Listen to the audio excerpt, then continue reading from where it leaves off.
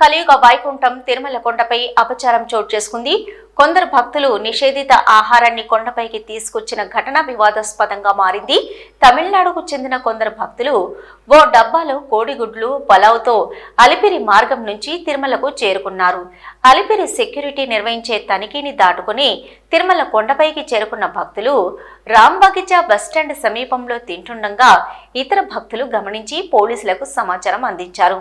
భక్తుల ఫిర్యాదు మేరకు అక్కడికి చేరుకున్న పోలీసులు తమిళనాడు భక్త బృందం వద్ద ఉన్న ఆహారాన్ని సీజ్ చేశారు. అయితే ఆహార పదార్థాలు కొండపైకి తీసుకురావడం నిషేధమన్న సంగతి తెలియదన్న తమిళనాడు భక్తులు ఉద్దేశపూర్వకంగా ఏమీ చేయలేదని తెలిపారు. దీంతో ఇటువంటి ఘటనలకు పాల్పడరాదని తెలియజేస్తూ భక్తులకు పోలీసులు కౌన్సిలింగ్ ఇచ్చారు. కాగా ఈ సంఘటనతో అలిపిరి చెక్ పోస్ట్ సిబ్బందిపై పలు విమర్శలు వెల్లువెత్తుతున్నాయి. రావడం ఎవరు తప్పు పట్టలేదు, హ్యాపీగా వెళ్తామంటే దర్శనానికి కూడా పంపిస్తారు, దాని గురించి ఏం దిగులు లేదు.